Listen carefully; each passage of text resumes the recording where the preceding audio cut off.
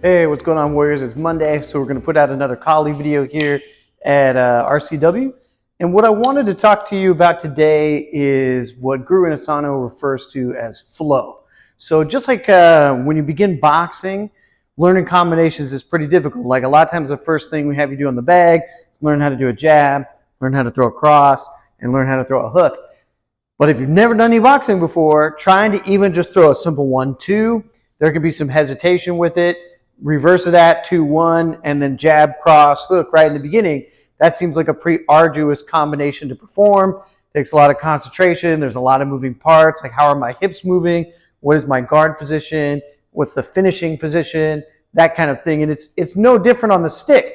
And keeping that boxing analogy going, once you practice for 4 to 6 months, you should be able to just rattle the heavy bag almost nonstop, where you're never interrupting your own flow. Maybe you're putting in some defense or some evasive type maneuvers, but you're able to just keep it consistently going rather than having these like long pauses in between where you're thinking about something.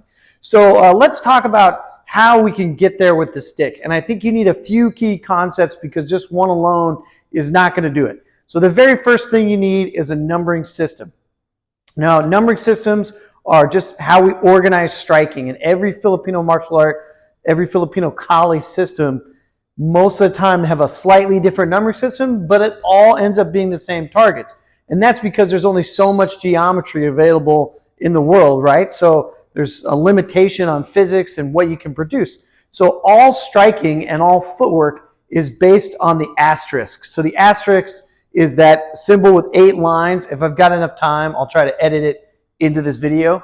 But it's a diagonal line this way, a diagonal line this way, a horizontal line this way, a vertical line this way, and a thrust to the center where they all intersect. And if you take the other sides of those, right, I could go uppercut diagonal like this and uppercut diagonal like that.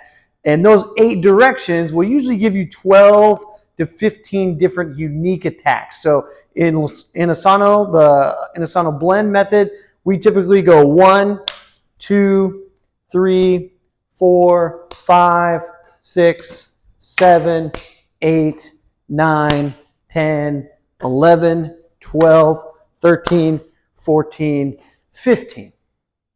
And I like that numbering system. Guru Asano also has a 12 count. We do a 22 count, etc., etc. And the variety in there is not to get you to keep doing more, but to see how the strikes like correlate. So basically, there's a strike that slashes through. There's a strike that bounces back. There's a strike that bounces to the middle and then crosses to the other side. And you'll mix those. Like if I slash once and I bounce the second time, sometimes people say that looks like the letter Y or the reverse Y. Or if I bounce first and I slash down the other side, that's the same concept, but just flowing from right to left instead of left to right. And then you have the redondo, which in the 15 count, we do 1 redondo. So notice there at the end, I went uppercut, uppercut, 13 horizontal to the chin, 14 horizontal to the chin, and 15 is a circular strike. And the circular strike, you want it to go forward and extend. You try not to make it short. And that circular strike is known as a redondo. So if we go back to the asterisk concept, I could be on the angle one side, but hit the 2 line with the circular strike. So that is what's called a backhanded redondo. But I could also do it from here in the closed guard and come around every time like that. Or I could be in the closed guard and I could go for angle 1 like that. Or I could be in the closed guard and I could hit the vertical line like that. Or I could be in the closed guard and I could go diagonal uppercut like that. And the same is true for the forehand side. I could go diagonal uppercut repeatedly. I could go horizontal repeatedly. In fact, horizontal is what you're going to do when you partner up and use the redondo. So being able to slash through the target, being able to jab the target, and being able to perform circular strikes, you're well on your way to finding some flow. Because if we just take the numbering system again, maybe I go bounce, bounce, follow through, and instead of number 5, I just do the redondo right there. Maybe I redondo, angle 3, redondo, angle 4. And that could just be a simple combination that's a 4-beat. Sometimes I refer to it as the letter H, because it sort of looks like you're drawing the letter H in the air, right? The post of the H, the horizontal bar, and the post on the other side. Kind of looks like a goal post, right? Okay. Stopping on the target could be a jab like that, and it could also be what we call an abanico, or it could be a fan strike this way. Okay? So outside of this, I'm going to give you 3 combinations on how you can put this together and start moving. And if you add in your own numbering system, it'll pretty much become nonstop for you right away. Okay, so 1 is a simple figure 8 up. So out of the figure 8 up, this can become all the blocking. The figure 8 lines can counter any angle, especially if you start to put in some footwork. And it's easy to get them to relate to other things. So I might go figure 8 up, and I might go double redondo. And then maybe I slash, and I go back to figure 8 up. So see, at the end, I could come up here, and I could thrust, and I could go horizontal, and I could redondo, and come back and figure 8 up. One more time. I might thrust, horizontal, redondo, and I might go downward figure 8. So see, now I'm just linking these together. I might go downward figure 8, but just slash down and go back to the upward figure 8 like that. Okay? And then another one I like to do is what I call the plus sign, which is a portion of this combination known as the amaran.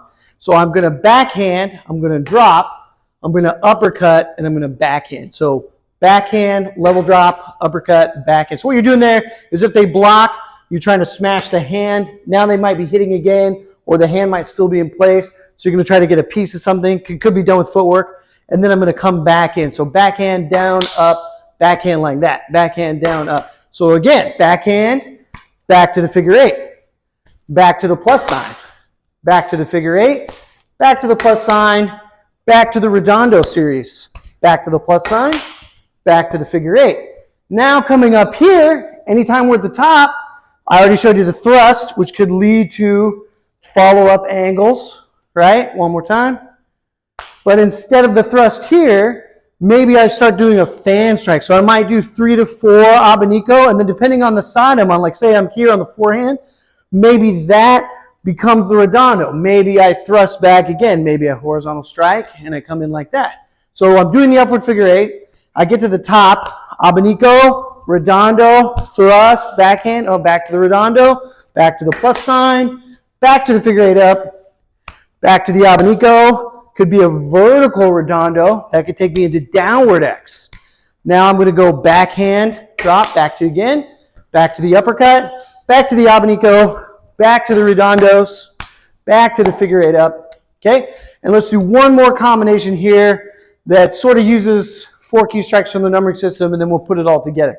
So I like 2 of these actually. So Kawaiian is where I'm going to go an angle 1 strike, slash down, slash up, and redondo the angle 1. And you could open it back up like this, right? So then I go slash, backhand, uppercut, redondo.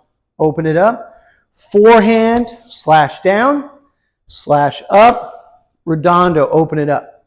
Okay, but I could also go slash down, slash up, redondo, and stay here on the closed side. So that's one of the other things you want to notice is your guard position determines what you're going to do next. Just like in Brazilian Jiu-Jitsu, position determines what you're going to be doing, right? If I'm in the guard position, I have certain attacks and escapes available to me that are going to be different than if I'm in crossbody or the mount, right? If I'm boxing and I'm in a pillar guard like this, I've got different defenses and structures that are going to come out versus did I slip to my right or did I slip to my left and now I'm in more of like a 3-point cover. So when you're working with the stick, you want to consider an open position, a closed position maybe that's high, a closed position that's low, a closed position that's across the body, but I'm still on the open side of the hip versus this over here. And as you do these combinations, just observe where you're at. You don't even have to think about it too much, right? So that last one, the Kawaiian, I might redondo, backhand up, redondo. Redondo, backhand up, redondo. So it'll become like kind of quick here. 1, 2, 3, 4, and I'm tapping my arm to give it acceleration. So see, it's like on the backhand down, I might shove the arm, and then I also don't want it to come back too far. So on the slash up, sometimes you catch your arm. That's very common. It also symbolizes sort of the hand check, like when you're checking in middle range in Kali.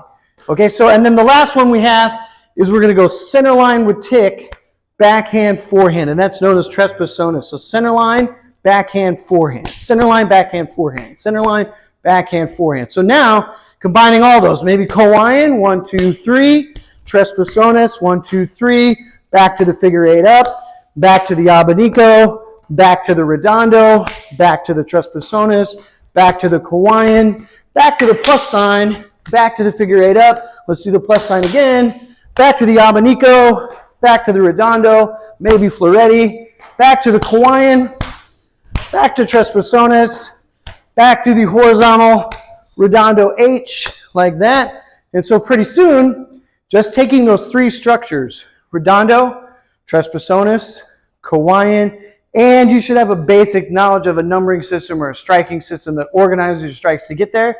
There's no stopping with the flow, right? The next thing we should do is we should take this to the heavy bag and get an example there, because sometimes hitting the object is different than hitting the air. People will need a little more practice.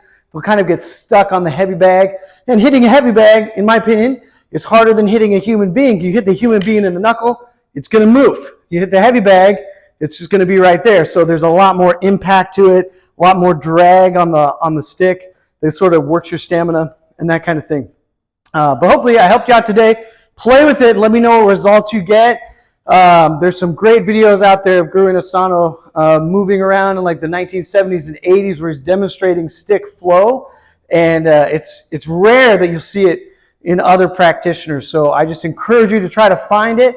The numbering system is an important base, whatever your numbering system is, but they're not designed to be combatively done in order. Maybe pieces of them are, like 1, 2, 3, but then we need to start breaking out of it and finding creative ways to link other striking so that we can have creativity like when we're sparring, right? And that's all you need, right? It's just got to be able to be fluid so the action never stops. And even if I'm here, right, how often am I repeating something? A little bit, but really not too often. Like the order is changing all the time, the feel is changing, the footwork is changing. It's not a combination where it's like a pattern. Just like if, again, going back to the very beginning, boxing on the heavy bag, you're not going to repeat jab, cross, hook over and over again unless you're a very beginner and you're working on that initial skill development. You're going to try to find variety when you're hitting the heavy bag, working different defenses, and the Kali stick is really no different whatsoever. All right, guys, hope that's helpful. If you have any questions on the combinations or want me to repeat anything, or if you have any questions for the channel in general, feel free to fire away in the comments. And then please like and subscribe. Help us grow this channel. Appreciate you. Take care.